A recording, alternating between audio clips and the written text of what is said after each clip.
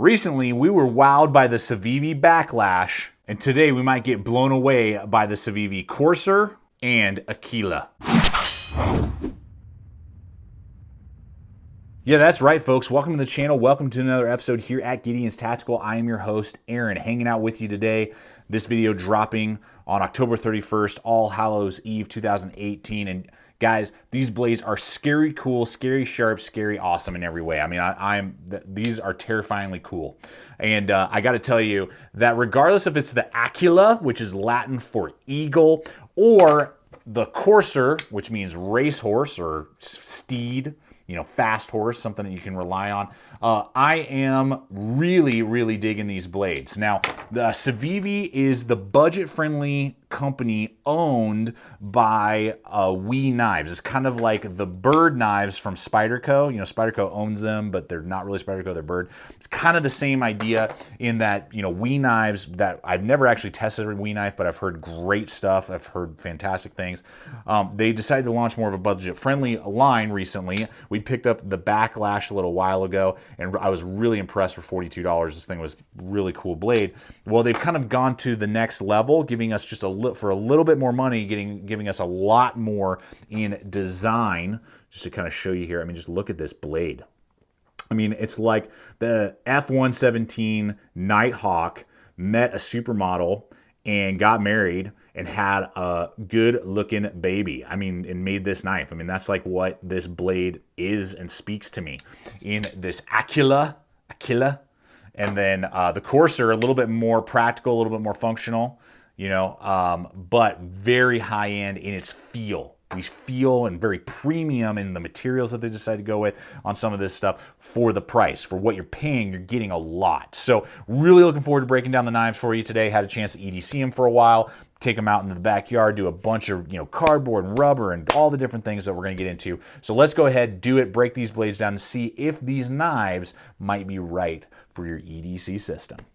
So I'm going to look at the Courser here first, drop you down on that, and then we'll look at the Aquila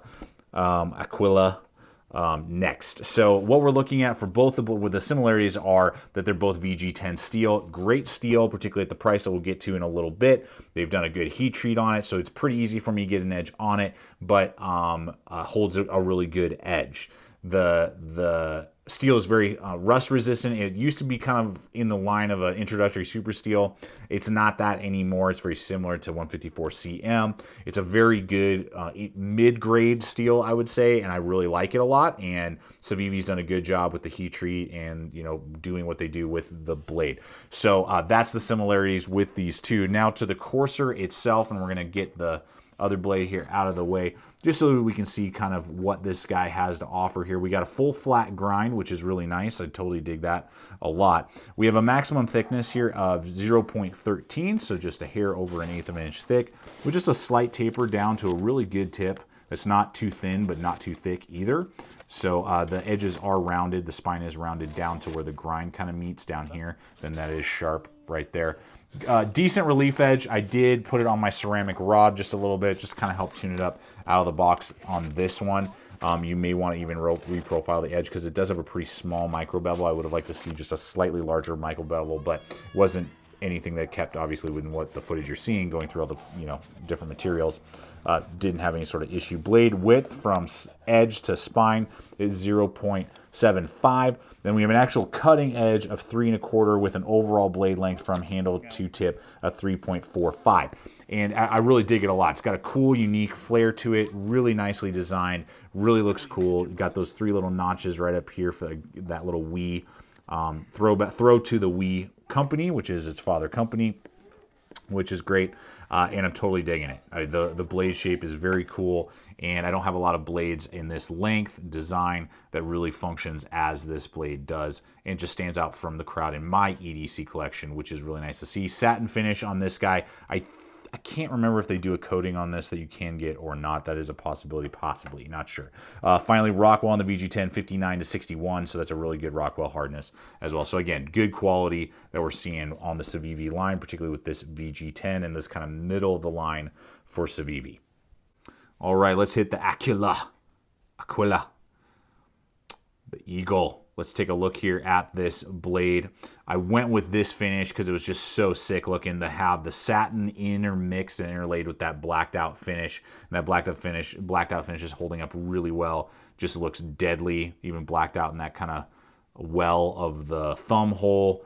Loving that, loving life on that, super digging it.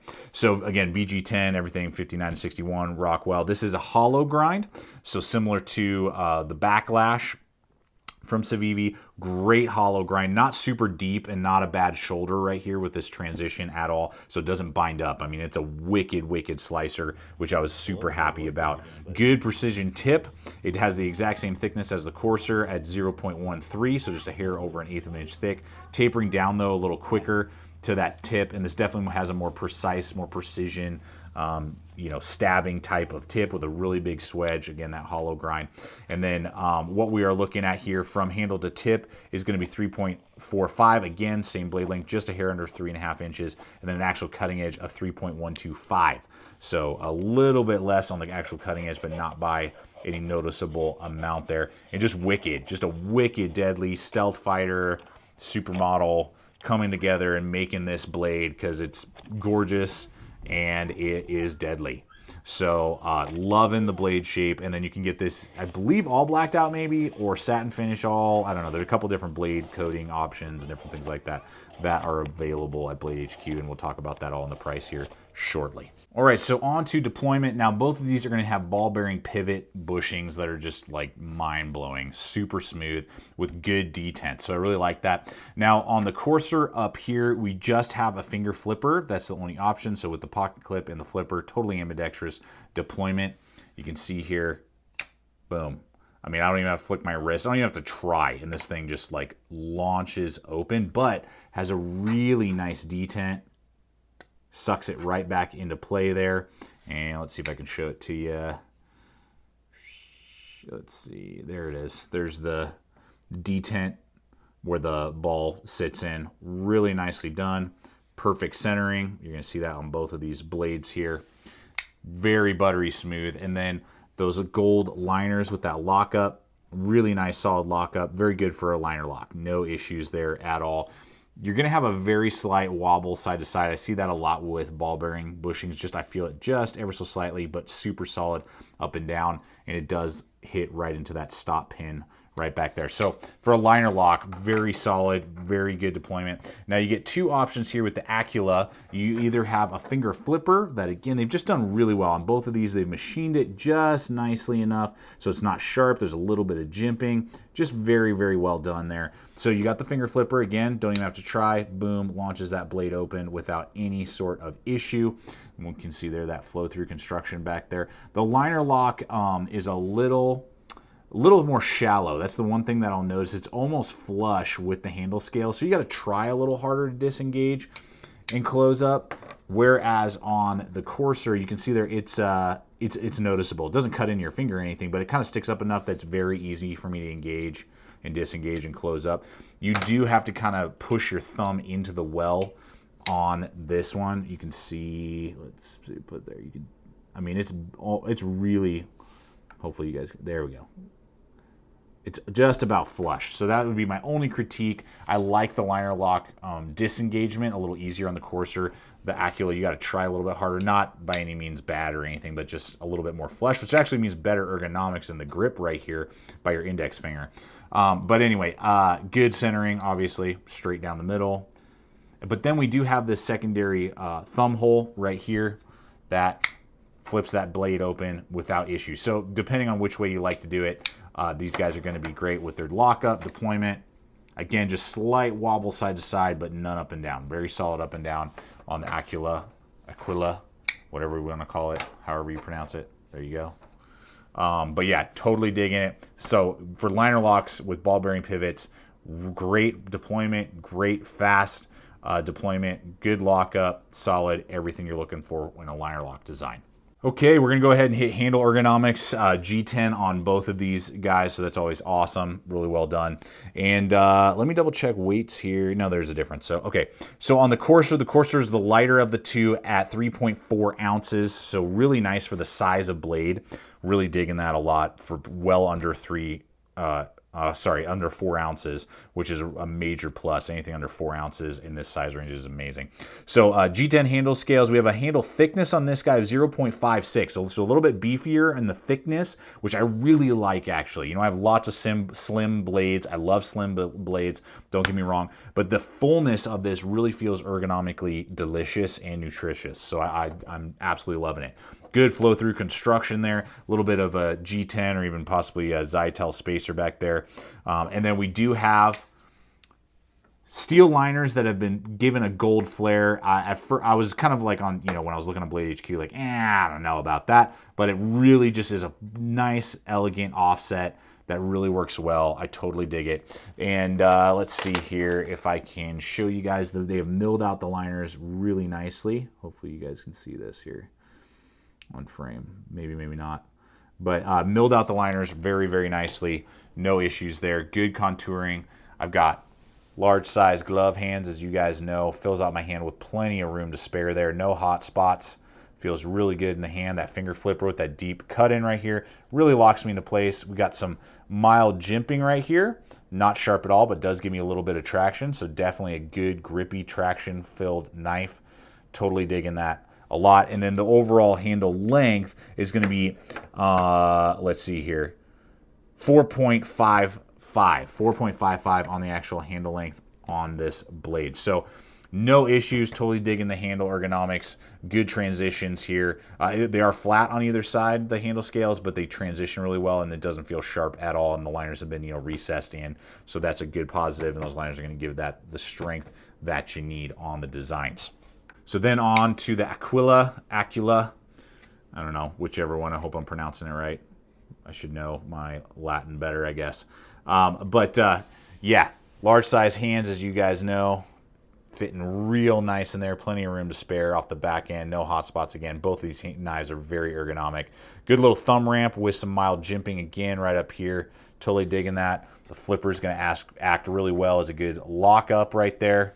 Feeling really good. And as we talked about with the liner lock, it's recessed in, so that's actually going to make it slightly more comfortable when I'm gripping the neck. But it is, again, I just got to kind of work a little harder to disengage it. So again, flow through construction with good machined out liners, but it will be a little heavier at 4.1 ounces, so it's a little bit of a beefier knife. I honestly think that's more back here because this is all recessed in back here. This is an extension of the liners with this kind of non-lethal pommel back here. Good G10 spacer right there as well. So I think a little bit, it does feel a little back heavy on the knife. Just, you know, I mean, it's a 4-ounce knife, so not terrible by any means, but I can just kind of feel that, and that's where that weight, I believe, comes in. Then you do have that finger choil right there, and I didn't touch on that with the Corsair. I totally forgot about that. That I can choke up on with the Aquila and absolutely do finer cutting tasks. It's just big enough. My index finger just fits in there without nicking. The same is true on the Corsair, but the Corsair even feels a little bit smaller, and it's not uncomfortable, but it's almost cutting it too close. I really, on both of these, and even on the backlash, I kind of talked about this. I would say this is really my only critique of the designs overall. They kind of went with like a halvesy choil and didn't go like, they didn't fully commit. And so, like, here's the Bird Raven 2 from Spyderco. This is a good choil. I mean, I'm locked in there. They gave me a designated choil, gave me jimping down there. I mean, I'm locked in, so I can really choke up if I need to. Or on the flip side, you have, like, the Kaiser with just a ricasso, you know, right here. That will give me enough of a distance, you know, about 3/4 of an inch from my index finger. They kind of went halvesy in on this, that it works and I can get my finger in there, but it just feels really close to the edge, and it's being cut in really fine to the edge right there of the grind. So it's a very thin piece of steel. So I usually don't use the choils, is what I'm saying, on all of these, regardless if you're using the Backlash, the Aquila, or the Corsair. I don't really use the finger choils. Very rarely will I do. And of them, the Corsair has the smallest space for the choil. In these two, it's doable, but I just rarely use them either because they're not really like a full choil. So that is something that may be annoying, at least with my large size hands. Maybe medium, small hands, not a big deal, but for me, it is a little annoying. I would have liked to either have them just bring it all the way in and no finger choils on these, or really committed and giving us a full dedicated choil like what we've been looking at, or possibly like on, you know, the Cut Jack series, or from Steel Will, you know, that type of thing. So other than that, though, guys, on this, let me make sure that I got everything for you. 0.52 on the thickness here, so very similar in thickness to the Corsair, but just a hair thinner. And then you are looking at overall length of 4.85 on the overall length of the handle itself. And again, some of that extra space is just down back here with the lanyard hole and that kind of exposed pommel out the back. But for me, particularly if you just grab it naturally and just use the knife, both have great handle ergonomics. They both come in at great weights. All right, we're gonna hit competitive options, price point, the whole 9 yards. Don't want to forget to remind you guys about our Knockaround Sunglass affiliate. Great sunglasses for the entire family, rocking those G.I. Joe ones. Love those guys. Links below. And Blade HQ is where I picked both of these up, purchased both of these. So we will have links in the description below over to Blade HQ and Amazon in case they ever do become available there. Or if you guys just purchase through any of the other gear that you might be considering, through our hyperlinks for the sunglasses, for the knives, Blade HQ, Amazon, and any other affiliates that we have. We really appreciate it, guys. It really fuels the channel. Without you guys purchasing through those hyperlinks and watching and clicking and subscribing and, you know, sharing, I can't have money to buy, and I don't have money to buy these knives to, you know, test them out, use them, and then give you guys my feedback so you can decide if they're going to fit inside your system. So thank you for supporting the channel with the hyperlinks provided below. So at Blade HQ, I paid $68 each for each of these guys. There's lots of different color combinations and finishes and handle scale options, all kinds of stuff like that. They have a lot of different variety in the Civivi line, and I think is a great, particularly these. These are good. The Backlash still is good. I think I paid $42 for that guy. Still a great knife for $42, but for the basically $70 price point, VG10, all the features, I am totally digging it. It feels like a custom knife that I paid, you know, $200 for, but I paid under $100, which is freaking amazing. They are made in China. Civivi is a Chinese company. I think which is the mother company, does hire U.S. designers, so they're not just copying designs. I've heard some people kind of critiquing that, at least what I've seen from Wii and Civivi and stuff. They're doing definitely their own stuff with that. So totally digging it. Just to give us a little food for thought and size comparison here. When it comes to the Corsair, I'll move this guy away. The Corsair here, one knife that kind of reminds me a lot of it, it's very similar, is the Kaiser. I'm going to jack this up. Begleiter. Very similar in size, length, dimensions, VG10 steel, G10 handle scales, directional pocket clip, all of that, full flat grind blade. This guy's going to be about $52, so, you know, $20 or so less, $15 less, but you don't have the ball bearing bushings. They're just bronze bushings, and there's nowhere the attention of custom. This one right here, this Kaiser, feels a lot more, again, like the Backlash, which is like $42. That, in, you know, it's good, but, you know, it's still that budget friendly. This definitely feels way more high end, way more custom. Still, but the Kaiser is still a great knife. Don't get me wrong. And then compared to the Aquila, I just had more for size perspective than anything else. The Bird CTS BD1 Raven 2 from Spyderco and Bird knives, very similar in size. You know, they're both going to have finger choils. The finger choil is larger on the Bird. I would say the VG10 steel holds a better edge than the CTS BD1. Again, way nicer. This is like Teflon bushings. The ball bearing obviously is way better. Much more custom feel. This guy's about $45. Again, about $20 less than these knives, but much higher end in what we're seeing on the feel, the fit and finish, the materials on these Civivi knives than we do on their competition. And then just for size perspective here, the Backlash, very similar knife in kind of its more dagger-esque feel, but this is basically just be your high-end version of the Backlash. Very similar feel, hollow grinds, clip points, choils that are almost exactly the same, flippers, you know, all of that. Very similar in those as well. And this guy's going to be about $42 over on Blade HQ. The links will be below. All right, we'll go ahead and hit pocket clips here on these two, and just wanted to run in the more budget-friendly Civivi pocket clip again as example. Very basic, nothing to write home about on the more budget-friendly version over here on the Backlash. Ambidextrous, but, you know, it's just, I don't know. It's nothing to write home about. The pocket clips look cool, and this is where the extra money comes into play in designs like this. You can see here that they've added these 3 little cut-ins, I think pitching a little nod to their father or mother company, knives. So 1, 2, 3 right there. Really, really nice looking. Going to give you a little bit of a gap there. Really good retention. On the courser, it's going to be pretty flush with a kind of small lanyard hole, but you could get 550 paracord through there. Ambidextrous, of course, on either side. And then on the Aquila, you're going to have definitely a higher ride with a larger lanyard hole right here, but again, ambidextrous. And again, just looks way cooler. It's kind of got like a flat gray finish on there versus the satin. Definitely molded out really nicely. This over here, just like it was just tacked on. Like, yeah, what do we got in the box? Oh, okay, yeah, there you go. That's a pretty good pocket clip. Versus this looks like there's attention to detail on these 2 over there. But great pocket clips, decent ride, high ride, depending on which design you go with. Well, shabam, here they are. Got to wrap it up, guys. I could talk all day about these knives. I'm having a blast with them. It's really hard for me to tell you which one I like more. The Aquila Eagle Supermodel Stealth Fighter knife for me is just one of the coolest knives I own, literally just in styling. It's just like, dude! Detents, by the way, are awesome on both of these. I don't think I was able to show that to you guys earlier. I mean, I don't think I can. The detents are so good. I can't whip them out, which is great. But then, boom, just the deployments are awesome. So this is what I would say.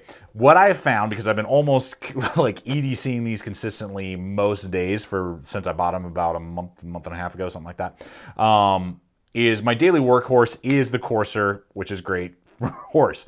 So, my 9 to 5, Monday through Friday, going to work, doing stuff. It's because it doesn't have the nice finish on it. I can beat on it a little bit more. I just don't feel as bad about it. But then when I'm going out to a nice meal, I'm dressing up a little bit, feeling a little snazzy, then I go with the Aquila, the gorgeous, just deadly stealth hotness. So stealth hotness for a night on the town, the courser for everyday living. Hopefully that makes sense. Hopefully you guys have enjoyed that. And I hope that this video has just been helpful, guys. At the end of the day, I just want to give you content so you go, that's what I was looking for, or that's exactly what I need to know, and that's not what I want, or yes, that's what I need, or something else completely different. So that's what we always do here at the channel. So I just thank you for coming, being a part. If you're not a current subscriber, I invite you to become part of the GT family, throwing up videos like this every single week.